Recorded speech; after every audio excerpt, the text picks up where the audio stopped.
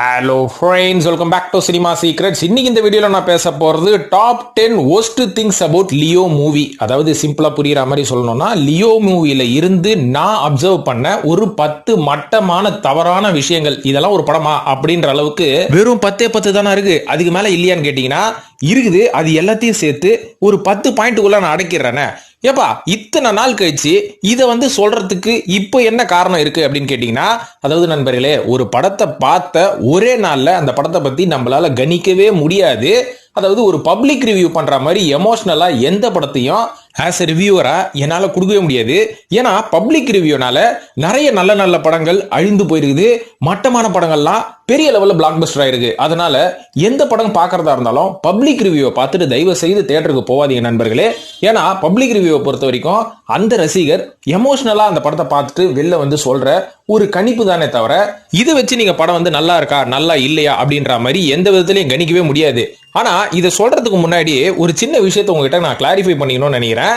இந்த படத்துல விஜய் அவர்கள் நடிக்க எப்படிங்க ஒத்துக்கிட்டாரு, அதுவும் இந்த கதையில நடிக்க எப்படிங்க ஒத்துக்கிட்டாரு, இதை பார்க்கும் போதுதான் தெரியுது எஸ்ஏசி அவர்களால தான் கண்டிப்பா விஜய் அவர்கள் இந்த நிலைமைக்கு வந்திருக்கணும் அப்படின்ற மாதிரி. எதனாலன்னு பாத்தீங்கன்னா, ஆரம்ப கட்டத்துல விஜய் அவர்கள் வளர்ச்சி அடையறதுக்கு உறுதுணையா இருந்த பல படங்களோட கதையை எஸ்ஏசி அவர்கள் தான் தேர்ந்தெடுப்பாரு.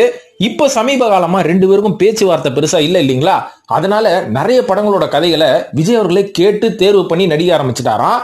அப்படின்னு பார்த்தா ஒரு 5 படத்துல ஒரு படமோ 2 படமோ தான் நல்லா இருக்குதே தவிர, மீதி 3 படம் மட்டமான படமா தான் விஜயோட கெரியர்ல அமைஞ்சிருக்குன்றது தான் தற்போதைய அதிர்ச்சிகரமான தகவல். இதெல்லாம் சரிப்பா, இதெல்லாம் கிட்டத்தட்ட எங்களுக்கே கொஞ்சம் நல்லாவே தெரியும், நீ விஷயத்துக்குள்ளவா. அது என்ன, அந்த லியோ படத்துல இருந்து நீ கவனிச்ச அந்த 10 ஒஸ்டான விஷயங்கள் என்ன அப்படின்றத பத்தி சொல்லு அப்படின்னு கேட்டீங்கன்னா, இப்ப நான் விஷயத்துக்கு வரேன். அதாவது முதலாவதா நான் சொல்ல போற ஒரு பாயிண்ட் என்ன அப்படின்னு பாத்தீங்கன்னா, இந்த லியோ படத்தினால விஜய் அவர்களோட அரசியல் வாழ்க்கைக்கு ஆப்பு வச்சுட்டு இருந்தாங்க நான் சொல்லுவேன். ஏன்பா, லியோ படத்துக்கும் அரசியல் வாழ்க்கைக்கும் என்ன சம்பந்தம் இருக்கு அப்படின்னு கேட்டீங்கன்னா, நம்ம தமிழ் சினிமால இருந்து எவ்வளவோ நடிகர்கள் தனித்தனியா அரசியல் கட்சிகள் ஆரம்பிச்சாலும் பேர் சொல்ற அளவுக்கு ஒரு 2 நடிகர்கள் ஓரளவுக்கு நிரூபிச்சு காட்டிட்டாங்க. அதுல ஒன்னு எம்ஜிஆர்னு சொல்லலாம், இன்னொன்னு நம்ம விஜயகாந்த் அவர்கள்னு சொல்லலாம். இந்த 2 நடிகர்கள் அரசியலுக்கு வரப்போறேன்னு சொன்னதுக்கு அப்புறம் அவங்களோட படங்கள்ல ஏகப்பட்ட விழிப்புணர்வு சமாச்சாரம், அதுக்கப்புறம் சமூகத்துல இருக்கிற அந்த இன்னல்கள் பிரச்சனைகள் எல்லாத்தையும் அவங்க படத்துல வச்சு அவங்களோட படங்களை மக்களுக்கு விழிப்புணர்வு கொடுக்குற நிறைய சமாச்சாரங்களை உள்ள வச்சு ஒரு சமூகம் சார்ந்த படமா தான் கொடுப்பாங்க, கொடுத்துக்கிட்டும் இருந்தாங்க. அது அவங்களோட அரசியல் வாழ்க்கைக்கு ஒரு பெரிய பலமா இருந்தது அப்படின்னு கூட நம்ம சொல்லலாம். ஆனா இப்போ விஜய் அவர்கள் அரசியலுக்கு வரப்போறேன் அப்படின்னு அறிக்கை விடுறதுக்கு முன்னாடி அவர் என்ன படங்க நடிச்சாரு, லியோ அப்படின்ற ஒரு படத்தை நடிச்சாரு. இந்த படத்துல சமூகத்துக்கு அவர் என்ன சொல்ல வந்தாரு, ஒண்ணுமே கிடையாது இல்லைங்களா, சப்புன்னு இருக்குது. அதனால விஜய் அவர்கள் அரசியலுக்கு குதிக்க போறேன் அப்படின்னு தேர்தல் பிரச்சாரத்துல இறங்கிட்டாருன்னு வைங்களேன், எதிர்கட்சியில இருக்கிற அத்தனை பேரும் லியோ படத்தை வச்சு நம்ம விஜய் அவர்களை விமர்சிக்க மாட்டாங்க அப்படின்றத நம்மளால உறுதியா சொல்ல முடியாது. இந்த படத்தை வச்சு விஜய் அவர்களை கிழிக்க போறாங்க, டெபாசிட்டே இல்லாம போயிடுவாரோ அப்படின்றது மாதிரி நம்மளுக்கே கொஞ்சம் அதிர்ச்சியா இருக்குதுங்க. நீங்களே சொல்லுங்க, உண்மைதானே இது? லியோ படத்துல அவர் என்ன கருத்து சொல்லி இருக்கிறாரு. இரண்டாவது நான் அப்சர்வ் பண்ண பாயிண்ட், விஜய் அவர்களோட கெரியர்லயே லியோ அப்படின்ற ஒரு படம் தான் அவரோட கெரியர்ல ஒரு மட்டமான படம், ஒரு கதையே இல்லாத படம் நான் சொல்லுவேன் நண்பர்களே. ஆனா ஒரு சில பேர் என்ன சொல்லுவீங்க, இல்லங்க விஜய் அவர்களோட கெரியர்ல அதுவும் குறிப்பா இந்த 2K கிட்ஸ் 90s கிட்ஸ் எல்லாம் சொல்லக்கூடிய படம் இந்த சுறா அப்படின்ற ஒரு படம், அப்படி இல்லைன்னா இந்த ஆதின்ற படம். இந்த 2 படத்துலயும் பெருசா ஒண்ணுமே இல்லை அப்படின்ற மாதிரி சொல்லுவாங்க. வசூல் ரீதியா அந்த படம் கொஞ்சம் தோல்வியும் தழுவிச்சு. ஆனா இந்த 2 படத்தோட கம்பேர் பண்ணா லியோ எந்த லட்சணத்துல இருக்கு அப்படின்றத நீங்களே பாத்துக்கோங்க. ஏன்னா ஆதி அப்படின்ற ஒரு படத்துல அட்லீஸ்ட் ஒரு ரிவெஞ்ச் ஸ்டோரியாச்சும் இருக்கும், அந்த ரிவெஞ்சுக்கு பின்னாடி ஒரு நியாயமும் இருக்கும். அதே மாதிரி சுறா பக்கம் வந்தா மீனவர்களுக்காக போராடக்கூடிய ஒரு மீனவன் அப்படின்ற மாதிரி ஒரு சின்ன கதையாச்சும் இருக்கும். ஆனா லியோல என்ன கதை இருக்கு, இது ஹீரோயிசம் கதைன்னு மட்டும் சொல்லாதீங்க, இது முழுக்க ஒரு வில்லனிசம் கதை. அதுவும் ஒரு நெகட்டிவ் ஷேர்ஸான ஒரு கேரக்டர் டிசைன் பண்ணிருக்காரு லோகேஷ் கனகராஜ் விஜய் அவர்களுக்கு. இது விஜய் அவர்களுக்கு லோகேஷ் கனகராஜ் வைத்த ஆப்பு அப்படின்னு தான் நம்ம சொல்லணும். மூணாவதா தான் இந்த படத்தோட கதைக்குள்ளேயே நான் வரப்போறேன். இந்த படத்துல விஜய் அவர்களை ஹீரோன்னு கண்டிப்பா சொல்லவே முடியாது, ஒரு ஆன்டி ஹீரோனும் சொல்ல முடியாதுங்க. ஏன்னு பாத்தீங்கன்னா, ஒரு ஆன்டி ஹீரோன்றவன் ஒரு படத்துல வில்லனா ஆரம்பிச்சு அதுக்கப்புறமா நல்ல விஷயத்துக்காக அவன் அந்த கெட்ட விஷயத்தை எதிர்க்கிறதுக்கு சில வன்முறையான சில முறைகளை கையாளுவாங்க. இதை தான் நம்ம ஆன்டி ஹீரோ அப்படின்னு கூட சொல்லலாம். ஆனா இந்த படத்தை பொறுத்த வரைக்கும் கதைக்களம்னு பாத்துக்கிட்டீங்கன்னா, விஜய் அவர்கள் அவரோட குடும்பத்தோட சேர்ந்து ஒரு பிடி கம்பெனி ரன் பண்ணிட்டு இருப்பாரு. அந்த பிடி கம்பெனியில இருக்கும்போது ஏகப்பட்ட பேரை கொலை பண்றது, அதுக்கப்புறம் அந்த பிடியை வந்து இல்லீகலா சப்ளை பண்றது அப்படின்ற ஒரு வேலையை தான் பார்த்துட்டு இருப்பாரு. இதுக்கப்புறமா ஒரு டிரான்ஸ்ஃபார்ம் ஆகி நல்லவனா மாறுவார் பாத்தீங்களா. ஏன் நல்லவனா மாறினாரு அப்படின்றதெல்லாம் வேற கதை, அது வருகின்ற பாயிண்ட்ல நான் சொல்றேன். ஆனாலும் இந்த நல்லவனா மாறினதுக்கு அப்புறம் இந்த பிடி கம்பெனியை ஒழிக்கிறதுக்கு ஏதாவது ஸ்டெப் எடுத்தாரா, இல்ல தான் செய்த தப்புக்காக போலீஸ்ல போய் சரண்டர் ஆயிட்டு ஜெயில இருந்து வெளில வந்தாரா, இல்ல இந்த பிடி கம்பெனி வந்து மக்களுக்கு வந்து பயங்கர கெடுதலை விளைவிக்குது, அதனால இந்த மாதிரியான பிடி கம்பெனி வச்சுக்கிட்டு இந்த மாதிரி ட்ரக்ஸ் சப்ளை பண்றவங்க எல்லாரையும் நம்ம போட்டு தள்ளுவோம் அப்படின்ற மாதிரி சமூகத்துக்கு ஏதாவது ஒரு கருத்தை சொல்ல வந்தாரா? ஒண்ணுமே பண்ணலங்க. ஏன் பண்ணலன்னு பாத்தீங்கன்னா, தங்கச்சியை போட்டு தள்ளின மாதிரி நம்மளையும் போட்டு தள்ளிடுவாங்கன்னு ஓடி போய் காஷ்மீர்ல போய் ஒளிஞ்சுக்கிட்டது தான் மிச்சம். இவர் ஹீரோவா யாரு இல்ல காமெடியனா நீங்களே சொல்லுங்க.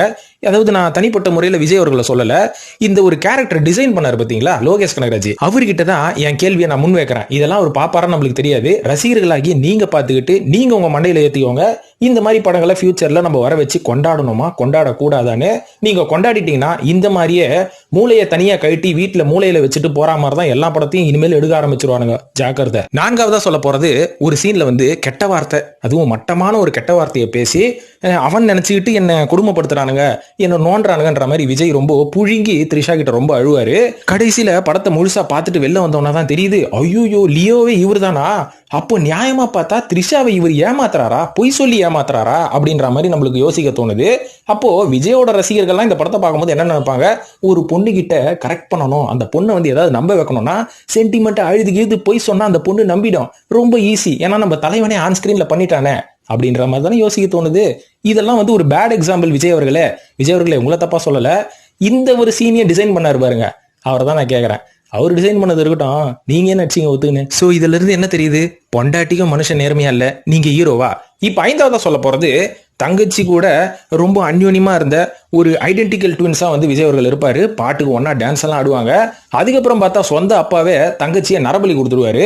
இதுக்கப்புறம் விஜய் அவர்கள் கொந்தளிச்சு இன்னைக்கு உங்க எல்லாரையும் வெட்டி சாகிறண்டா, பிடி கம்பெனி இன்னைக்கு கொளுத்தி விட்டு அப்படின்ற மாதிரி கொளுத்தி விடுவார்னு பார்த்தா ஓடி போய் காஷ்மீர்ல ஒளிஞ்சுக்கிட்டு ஒரு டீ கல்ல வேலை செஞ்சுன்னு இருப்பாருங்க. தங்கச்சிக்கும் நேர்மையா இல்ல, அப்ப நீங்க ஹீரோவா. ஆறாவதா சொல்ல போறது, இந்த படத்துல ஹைலைட்டான ஒரு பாட்டு ஒன்று வரும், நான் ரெடி தான் அப்படின்ற ஒரு பாட்டு. இதுல வந்து மில்லி உள்ள கில்லி வெள்ள அப்படின்ற மாதிரி ஒரு லைன் வரும். இது வந்து நம்ம எல்லாரும் யூடியூப்லயே பார்த்து சலிச்சு தெரியக்கூடாதெல்லாம் தெரிஞ்சுக்கிட்டோம். அதுக்கப்புறம் தியேட்டர்ல அதை மியூட் பண்ணிட்டாங்க. மியூட் பண்ணதுக்கு அப்புறம் விஜய் அவர்கள் ரொம்ப கொந்தளிச்சிட்டாரு, எப்படி நீ என் பாட்டை மியூட் பண்ணுவ அப்படின்ற மாதிரி. இதுக்கு முன்னாடி வந்த விக்ரம் படத்துல ஃபுல் பாட்டையே மியூட் பண்ணி கட் பண்ணி தூக்கி போட்டானுங்க. கமலஹாசன் கொந்தளிச்சாரா, ஏன்னா இதெல்லாம் நடக்கும்னு கமலஹாசனுக்கு தெரியும். ஆனா விஜய் அவர்கள் தன்னோட கோவத்தை எப்படி வெளிப்படுத்தினாருன்னு பாத்தீங்கன்னா, இந்த படத்தோட சக்சஸ் மீட் அப்போ இதே லைனை பாடி காமிச்சு, இதுல என்னங்க தப்பு இருக்குது, என் ஃபேன்ஸ் எல்லாம் வந்து நான் பாடிட்டா அதை ஃபாலோ பண்ணுவாங்களா, அதெல்லாம் ஃபாலோ பண்ண மாட்டாங்க, என் தம்பிங்கெல்லாம் அதெல்லாம் ஃபாலோ பண்ண மாட்டாங்க அப்படின்னு சொன்னாரு. சரிங்க, உங்க தம்பிங்கெல்லாம் ஃபாலோ பண்ண மாட்டாங்க, ஆனா இந்த பாட்டை பாக்குற பொடிசு பொட்டுங்கெல்லாம் சின்ன சின்னதா இருக்குதுங்க பாத்தீங்களா, இதுங்கெல்லாம் ஃபாலோ பண்ண ஆரம்பிச்சிருமே, அது நீங்க கொஞ்சம் யோசிச்சீங்களா? ஏன்னா இந்த பாட்டு ரிலீஸ் ஆனதுக்கு அப்புறம் இன்ஸ்டாகிராம் ரீல்ஸ், யூடியூப் ஷார்ட்ஸ்ல எல்லாம் பாத்தீங்கன்னா புட்டு பொடிசுங்கெல்லாம் வந்து வாயில குச்சி வச்சுன்னு இந்த பாட்டுக்கு வந்து டான்ஸ் ஆடி ரீல்ஸ் போட்டுனுக்குதுங்க. இன்னைக்கு வாயில குச்சி வச்சுனுக்குதுங்க. இன்னும் கொஞ்ச நாள் போய் நீங்களே இதே மாதிரி ஒரு 10 படம் தொடர்ந்து நடிச்சீங்கன்னு வைங்களேன், நம்ம தளபதியே வந்து ஸ்டைலா ரஜினிகாந்த் மாதிரி சிகரெட் பிடிச்சிட்டு இருக்காரு, நம்ம ஏன் பிடிக்கூடாதுன்னு ட்ரை பண்ண ஆரம்பிச்சிடாதா? இதை நீங்க கொஞ்சம் யோசிக்கணும் இல்லையா? அதுவும் குறிப்பா நீங்க அரசியலுக்கு வரன்றீங்க, இந்த பாட்டெல்லாம் வேணுமா வேணாமா, இந்த மாதிரியான சீன்ஸ் எல்லாம் இருக்கணுமா வேணாமான்னு நீங்க கொஞ்சம் யோசிக்கணுமே. ஏன் யோசிக்கல? லோகேஷ் கனகராஜுக்கு என்ன போச்சு, இப்படி படம் எடுத்தா ஓடி நல்லா கல்லா கட்டலான்னு அவருக்கு தெரியும். அரசியல் ஆசை உங்களுக்கு இருக்குது, நீங்க என்ன பண்ண போறீங்க? ஏழாவதா சொல்ல போற பாயிண்ட், இந்த படத்துல கதை இல்லைன்னு ஏற்கனவே சொல்லியாச்சு. இது கண்டிப்பா லோகேஷ் கனகராஜுக்கும் விஜய்க்குமே தெரியும். கமிட் ஆகி தொலைஞ்சிட்டோம், என்ன பண்றது, நடிச்சு முடிப்போம், மக்களை ஏதாவது ஒரு வகையில ஏமாத்தி நம்ம ஏதாவது ஒன்று பண்ணுவோமே. நம்ம கிட்ட தான் புத்திசாலித்தனமான ஒரு மேனேஜர் இருக்கிறாரு, சோசியல் மீடியாவே கரைச்சி குடிச்சவர், இவரை வச்சு ஏதாவது ஒன்று பண்ணுவோன்னு அவர்கிட்ட ஐடியா கேட்டவங்க தான் அவரு ஒரு வேலையை செஞ்சாரு பாருங்க. என்னன்னா ப்ரமோஷன்ற பேர்ல இந்த யூடியூப் காரணம்லாம் வந்து செட்டுக்கு கூட்டின்னு வருது.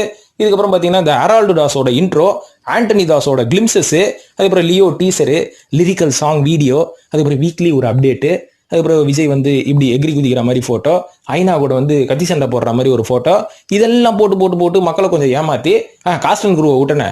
சம்மந்தமே இல்லாமல் சஞ்சய் தத்துக்கு விஜய் அவர்கள் பையனா, விஜய் அவர்களோட அப்பா சஞ்சய் தத்து, யோ மூஞ்சே ஒத்து போல என்னையா அப்பா, அப்ப கேஜிஎஃப்ல யூஸ் பண்ணீங்களா, அந்த கேரக்டருக்கு அந்த ஆள் செட் ஆனா யூஸ் பண்ணினாங்க, உனக்கு படமே எடுக்க தெரியாது, இதுல எல்சியோ நொல்சியோன்னு போடடே. எட்டாவதா சொல்ல போற பாயிண்ட், எட்டாவதா வந்து என்ன ரொம்ப பாதிச்ச ஒரு விஷயம் என்னன்னு பாத்தீங்கன்னா, அதாவது நம்ம லோகேஷ் கனகராஜ் அவர்கள் படம்னா ட்ரக்ஸ் இருக்கும் நல்லாவே தெரியும். அதுக்கப்புறம் மாஸ்டர் படத்துல விஜய் அவர்கள் நிறைய குடிப்பாரு. அதுக்கப்புறம் இது வரைக்கும் நான் ஒரு பார்க்காத ஒரு பிராண்ட் வந்து விஜய் அவர்கள் வந்து அந்த படத்துல யூஸ் பண்ணுவார் இல்லைங்களா. அதுக்கப்புறம் அந்த பிராண்டோட விலைலாம் என்னன்னு நம்ம பசங்கலாம் தேடினாங்க. அந்த அளவுக்கு அந்த பிராண்டுக்கு வந்து நம்ம லோகேஷ் கனகராஜ் அவர்கள் மாஸ்டர் படத்துல ஒரு பெரிய ப்ரமோஷன் கொடுத்தாரு.